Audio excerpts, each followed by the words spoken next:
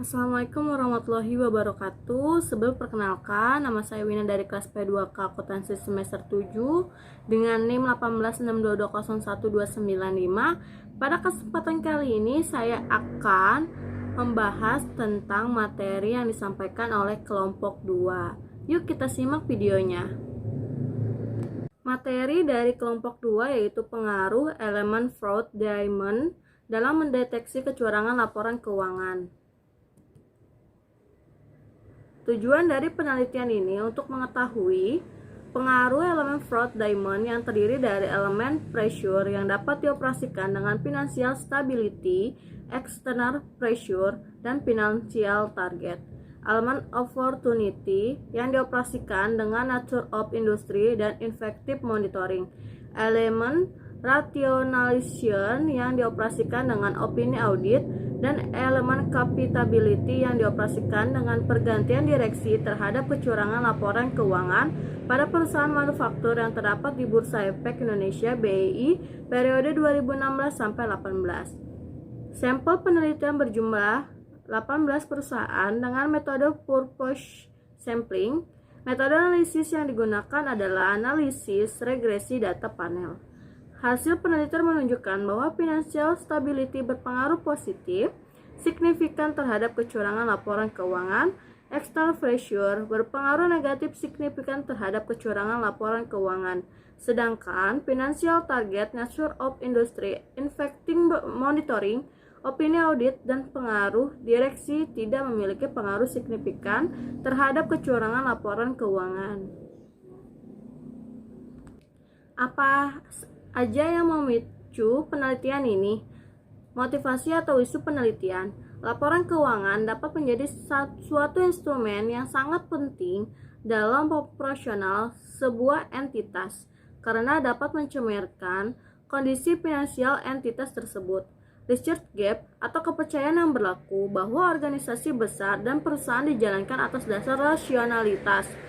Menurut Barbelet pada tahun 2001, Hanons 2002. Fenomena Association of Certified Fraud Examiner ASFE pada tahun 2016, korupsi terjadi 67% dari total kasus associational fraud di Indonesia dengan kecurangan mencapai 10 miliar per tahun. Diikuti oleh penyalahgunaan laporan 2% yaitu ACVE Indonesia Capture 2017. Pada bulan Mei 2015, terjadi kecurangan laporan keuangan oleh Toshiba melalui accounting fraud senilai $1,2 miliar, menurut Basari pada tahun 2015. Kritik. Tidak ada kritik untuk poin ini. Penulis sudah cukup menjelaskan motivasi atau isu penelitian, research gap, dan fenomena dengan baik. Apa referensi dari artikel penelitian ini? Yang A. Ada aspek yang hampir menjadi subjek baru dan literatur akuntansi. B. Kepercayaan yang berlaku adalah bahwa organisasi besar dan perusahaan dijalankan atas dasar rasionalitas. C. Teori organisasi mengangkat perspektif lain yang memperkenalkan dampak aspek logis dan studi perusahaan.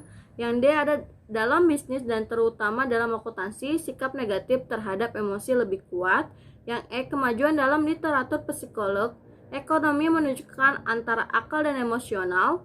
Yang F. Ada penelitian sebelumnya didukung oleh psikologis klinis menunjukkan bahwa keputusan apapun di semua bidang tidak mungkin tanpa bantuan. Yang G. Ada penghindaran pajak dapat menjamin cerminan dari teori agensi dan dapat menghasilkan keputusan pajak yang menjabarkan kepentingan pribadi manajer. Yang H. Pengungkapan perusahaan dalam arti luas berarti memberikan informasi. Yang I. Yaitu transparansi dalam aktivitas entitas meningkat persepsi investor terhadap aktivitas manajemen. Kritik. Tidak ada kritik untuk poin ini. Penulis sudah cukup menjelaskan artikel-artikel yang menjadi referensi dalam penelitian ini. Apakah yang menjadi kebaruan novelty dari penelitian ini? Adanya sebuah hubungan antara kecerdasan emosional dan kecerdasan spiritual manajer perusahaan manufaktur dalam fungsi keuangan, kegiatan penghindaran pajak, dan kualitas pengungkapan informasi keuangan dan non-keuangan. Kritik. Peneliti tidak menampilkan dengan jelas novelty penelitiannya pada bagian abstraksi ataupun pengantar penelitian. Yang research question atau perumusan masalah yang satu, apakah stabilitas keuangan atau financial stability berpengaruh terhadap kecurangan laporan keuangan? Yang kedua, apakah tekanan eksternal atau external pressure berpengaruh terhadap kecurangan laporan keuangan? Yang ketiga, apakah target keuangan financial target berpengaruh terhadap kecurangan laporan keuangan? Yang keempat, apakah kondisi industri atau nature of industry berpengaruh terhadap kecurangan laporan keuangan? Yang kelima, apakah effective monitoring berpengaruh terhadap kecurangan laporan keuangan? Yang keenam, apakah opini audit berpengaruh terhadap kecurangan laporan keuangan?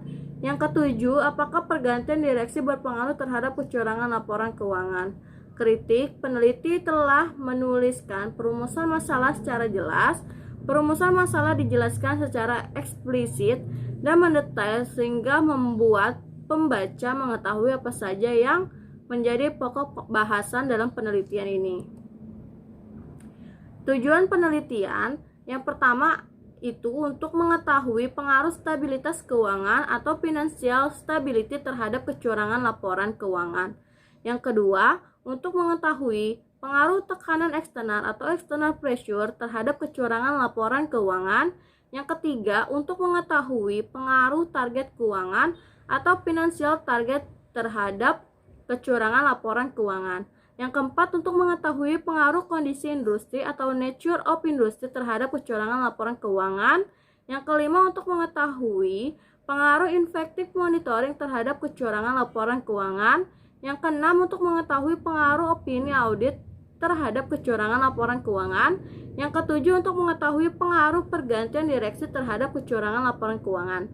Kritik, peneliti telah menuliskan tujuan penelitian secara jelas, tujuan dijelaskan secara eksplisit dan mendetail sehingga membantu pembaca mengetahui apa saja yang menjadi tujuan dalam penelitian ini.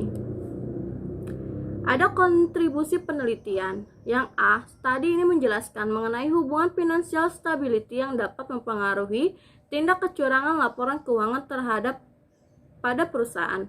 Yang B, memberikan pemahaman mengenai hubungan external pressure, financial target, nature of industry, effective monitoring, opini audit, dan pergantian direksi dalam keterkaitan dan pengaruh dalam tindakan kecurangan laporan keuangan. Kritik, peneliti belum menjelaskan secara spesifik terkait kontribusi penelitian ini. Peneliti hanya menuliskan secara implisit mengenai kontribusi penelitian. Seharusnya peneliti menjelaskan lebih spesifik lagi terkait dampak yang akan terjadi akibat beberapa elemen yang memicu tindakan kecurangan laporan keuangan. Grand teori yang digunakan dalam penelitian. Ada teori agensi atau agensi teori. Teori keagenan Jensen dan McLean pada tahun 1976 menyatakan bahwa hubungan keagenan timbul karena adanya kontrak antara prinsipal dan agen. Dengan mendelegasi beberapa wewenang pengambilan keputusan kepada agen, menurut Anisha Lidrinasari Asmaranti pada tahun 2016.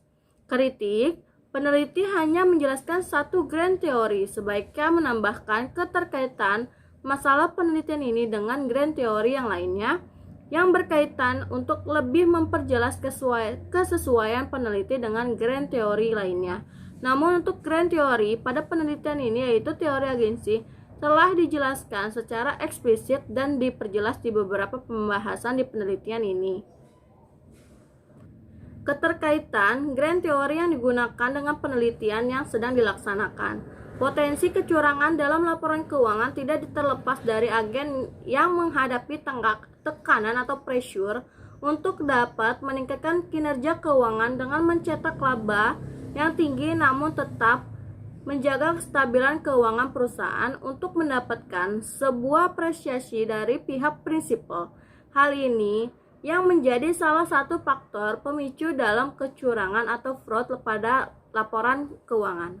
Kritik, peneliti tidak menjelaskan keterkaitan hubungan grand teori dengan judul penelitian secara mendetail, hanya dijelaskan secara implisit dalam penelitian ini.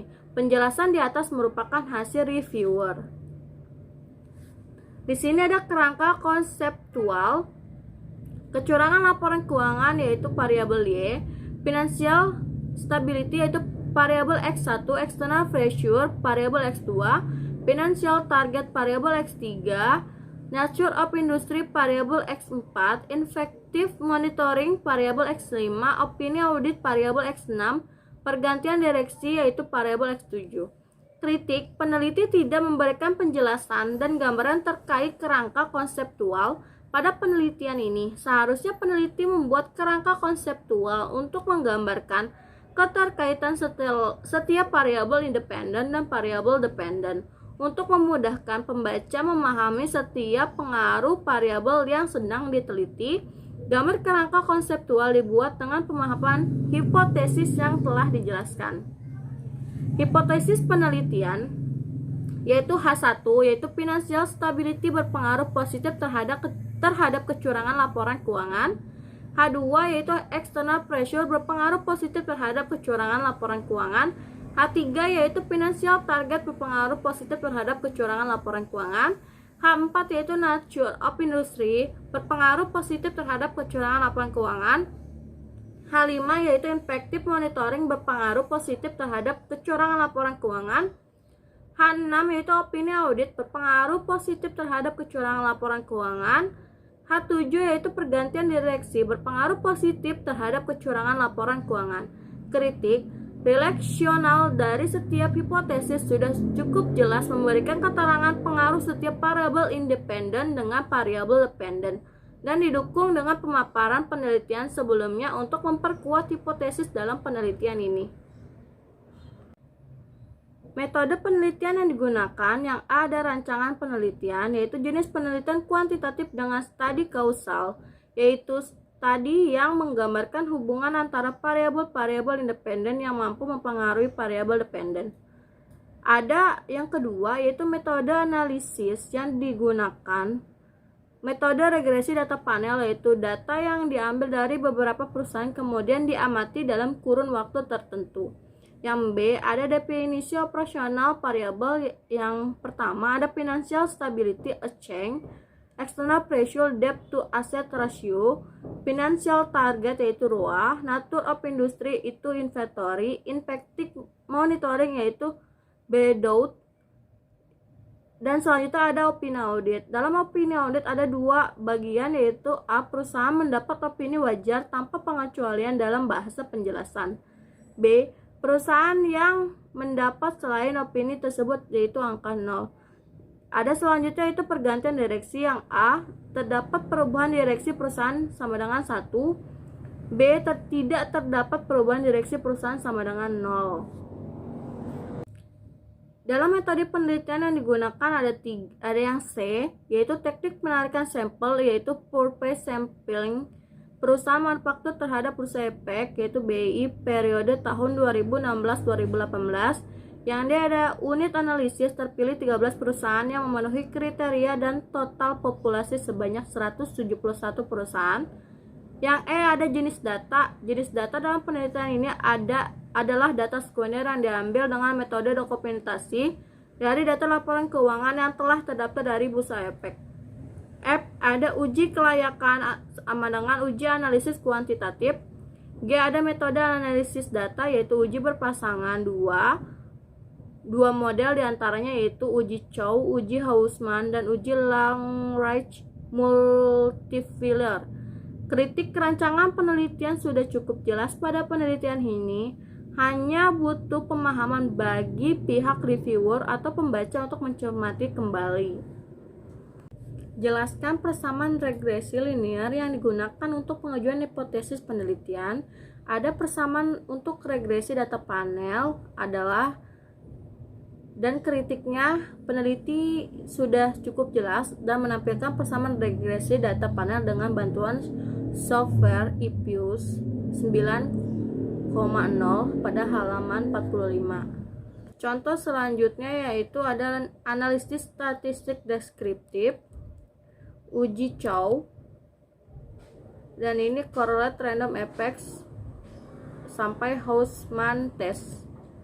Terus ada Langrange multiplier test of random effects, Terus ada selanjutnya yaitu uji asumsi klasik. Yang pertama ada uji multikolinearitas, yaitu, dan selanjutnya ada uji heterokedasisitas. Dan di sini jelaskan hasil penelitian statistik deskriptif, hasil uji kelayakan model, hasil uji hipotesis, jelaskan hipotesisnya yang terbukti dan tidak terbukti, dan pembahasannya. Di sini diuji dengan uji hipotesis, ada uji F dan uji R pangkat 2 dan uji T. Jelaskan hasil penelitian statistik deskriptif, hasil uji kelayakan model, hasil uji hipotesis, jelaskan hipotesis yang terbukti dan tidak terbukti, dan pembahasannya, yaitu ada analisis statistik deskriptif pada bagian A, yaitu telah dijelaskan dan digambarkan oleh penelitian dalam penelitian ini. B, ada hasil uji kelayakan model. Peneliti telah memaparkan dengan jelas terkait uji kelayakan model ini yang tepat digunakan dalam penelitian ini, yaitu PM dalam regresi data panel. Yang C, ada uji hipotesis.